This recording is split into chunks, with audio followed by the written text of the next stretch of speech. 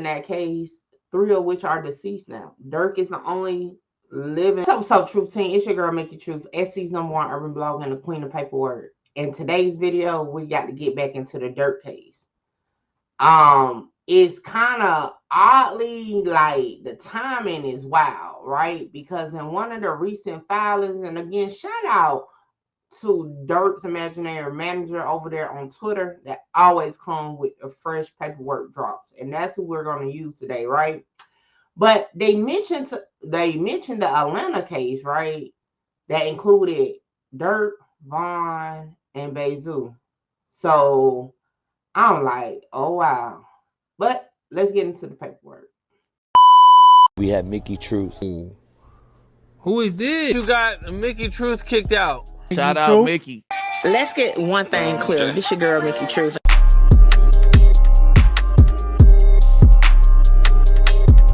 All right, as you can see, this is the government's opposition to defendant Banks' motion to suppress evidence and request for a Frank's hearing, okay? So I'll do the summary first, y'all, and then we'll get into the actual parts and discuss what are they mentioning about the now closed Atlanta case, okay? So according to this document, key arguments that the government is making is, for one, no false statements was made in affidavits. Prosecutors say the FBI affidavit truthfully cited song lyrics where Durk raps about revenge, green lights, and a victim mother crying, no, no. The lyrics was written months before August 2022 murder of a man identified as R, but prosecutors argue the timing doesn't matter because the lyrics mirror the murder scene. A bystander video showed rival TB screaming, no, no, as deputies remove SR's body. I mean, I think no, no is like common though. Like, you know what I'm saying? When something happens to somebody you love, I think no, no is like a common phrase, right? So I think an argument can be made, you know, at court that's common, especially the fact that the song was written beforehand. So I feel like the defense could get in there with that, but the government is not letting up off of it, okay? The inclusion of lyrics was not false or misleading. They're relevant to the motive and context, not exact timing. So basically, I feel like the government is saying, hey, all right, it may not have been because of this incident, but this just shows the mind frame that this person, Durk, has and how he can bring his lyrics to life. Okay, now that's just my interpretation of it. I'm just saying, okay? So they also say the Frank's hearing is unnecessary because Banks' claim of falsehoods was unsupported by evidence, cited no factual misstatements, only differences between earlier and updated versions of the indictment. Next is muteness and standing. The government said the motion was mute because it won't use any evidence from the X or iCloud accounts at trial. It also argued Durk lacked standing to challenge searches of other iCloud accounts that didn't belong to him. So let me find out Durk was talking, just not on his issue, you know? So probable cause for the warrants, even if the motion wasn't mute, prosecutors say the FBI had more than enough evidence for probable cause. The affidavit cited a corroborating witness who said Durk placed bounties on multiple rivals, including SR. Financial records showing Durk's credit card was used to fly out and house the alleged hitman in Los Angeles the night before the murder. I always say, even the first time this hit, like, bruh, what happened to, like, sleep in a shelter, sleep on the street, sleep in the car? What you need a hotel for? Y'all coming to do a hit? Y'all trying to be laid up with your feet up somewhere. And now look, like, that's just crazy to me. I just don't understand, especially if this is something they do. Like, I just don't understand that part. So next, it says evidence that OTF acted as both a rap label and criminal organization carrying out violence to maintain reputation and status. The affidavit also linked Durk and OTF to prior violent acts, including the Atlanta shooting involving King Von, and explain how digital accounts commonly store messages, photos, and data connected to such crimes. And we're about to get into the Atlanta case and exactly what did they say about it. So the justifications is this. The affidavit met with totality of circumstances test under Illinois versus Gates, showing a fair probability evidence will be found in those accounts. Meaning, all right, in this day and age, everybody uses their social media, right? So it's common to think that it may be something there. So that's they're basically saying it was a probability that we was gonna find something. In this case, we didn't, but we could have, right? Next, it says, even if probable cause were weak, the good faith exception applies because agent relied on valid federal warrant. Okay, so they had a warrant, so really they ain't need a problem cause. Is basically what they're saying. The court should deny the motion since the government acted in good faith and with adequate cooperation. So basically, look, we went out on a limb because we had a warrant for XYZ. Although, okay, maybe probable cause wasn't there, Judge, but, you know, we was acting in good faith, you know? So, conclusion, the prosecutors want the judge to deny the motion to suppress evidence and reject the request for the Frank's hearing. Because, again, they say, hey, we acted properly, okay? The affidavit was accurate, and the evidence from financial trails to witness statements established strong probable cause linking Durk, Banks, and OTL to murder for hire, RICO, and DICAR violations. Ooh! Now, let's get into the document. This is a 12-page document, but what we're looking for is down here, I believe starting on page 10. I had to skim through it before we started. Y'all, and it takes so long when I have to skim through. But hey, we here, okay? It's 7 something in the morning. I gotta be quick because I gotta get up out of here. All right, what page we on? Okay, page 10 right here. So, maybe do I need to go up some?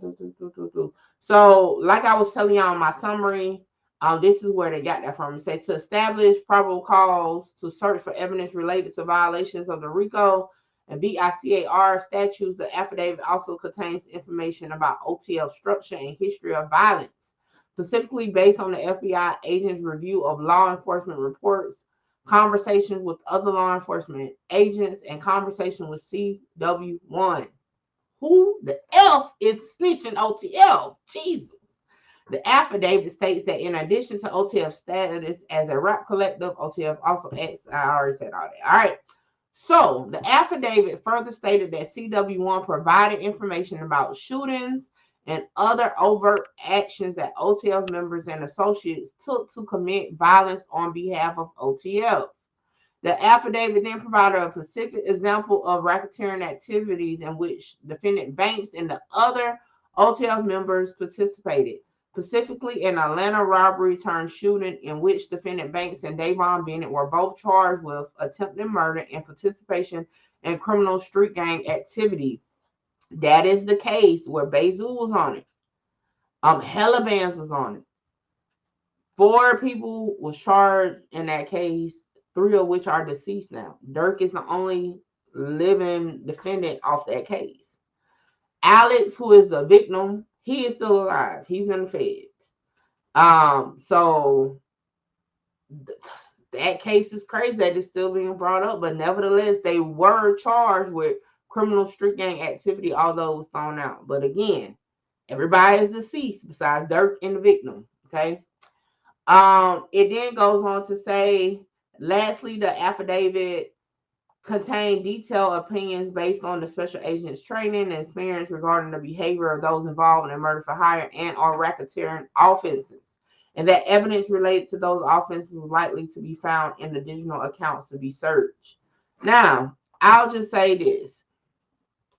The fact that they're bringing up that case, although it's closed, is more so not saying that they're going to try to use it to like charge them with it again. I feel like they just showing how this ain't the first time something like this came about. How people that's OTL has acted in front of Durk of doing XYZ. Again, nobody was found guilty or even indicted on it, but it's just the fact it paints that picture.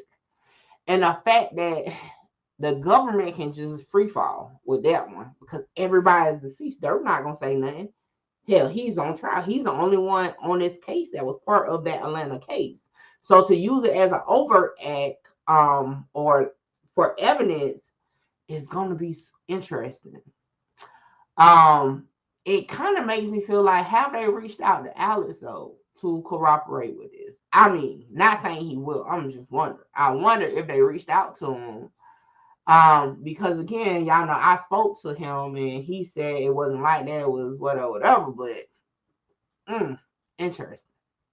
But we'll see how it play out. With that being said, y'all get in the comments. Let me know what you think. Like, comment, share, subscribe. Tell a friend to tell a friend to pull up on your girl Mickey Truth. I'll catch y'all next one. This is the weakest. Give a fuck about what they scream. Holla! Shout out Mickey. Mickey, you gonna be big. Like, yeah, I'm trying to conquer the world. Coming from where I come from. Hey, this your girl Mickey Truth, #1 blogger in South Carolina. #1 blogger in South Carolina. Hold on, wait, before I go, y'all make sure y'all tap in with me to book your slot. A lot of y'all be hitting me up on Instagram and the email wanting to just talk about content, whether you're an up-and-coming content creator or somebody just got questions about cases or whatever. Book your consultation with me now. The information is on the screen. Hey, make sure you get your slot, because my slots be filling up fast. What's up, Truth Team? I am here, okay? About to get a touch of love. Yes, I'm at Touch of Love Massage Shop, okay? Now listen, I've been getting my massages through Touch of Love for years, even before it was a shop to come to. But let me show you around, and then I got to get ready because I'm feeling a little tense. And let me tell you, if you work in like call centers, streamers, YouTubers, sitting at that desk all the time, you definitely need to be tapping in to get your massage. So let's take a tour. So it was located in a nice multi business building. The suite was set up real comfortably. It was like to the back, and the candles was burning. The aromatherapy was definitely there. Okay, so I had to get undressed, and I'm like, yo, I gotta get all the way undressed. But anyway, like I said, being getting massages, Nakia is awesome at what she does. And let me tell y'all, them hands are blessed, okay? I got the full body massage, including, okay, the hot stones. And when I say that hour went so fast, I even went to sleep. And I always go to sleep during massage for some reason. But yeah, definitely needed that, because y'all know I had a night ahead of me, okay? Hey guys, I'm Nakia. I am the owner-operator of Touch of Love Massage Services. I always start with I start with the information of what massage is. So massage is the manipulation of muscles. Exercise is the manipulation of muscles. The only difference is we are manually using our hands to do those activities. So a lot of people look at massage as a luxury when really it's a health necessity. So I'm more on the medical side of things. So if you're experiencing any pain of any sort, muscles is 90% of pain. So I would recommend you to come and get a massage. How can they follow you? I do have my business page, Touch of Love Massage Services, on Instagram. I have Touch of Love Massage Services on Facebook. And if you want to set an appointment with me, you can look me up on Setmore. It's an app platform online where you can book appointments. Hey, there you have it. And y'all, I feel like a new woman, but now it's time to party. So I'll catch y'all on the next one.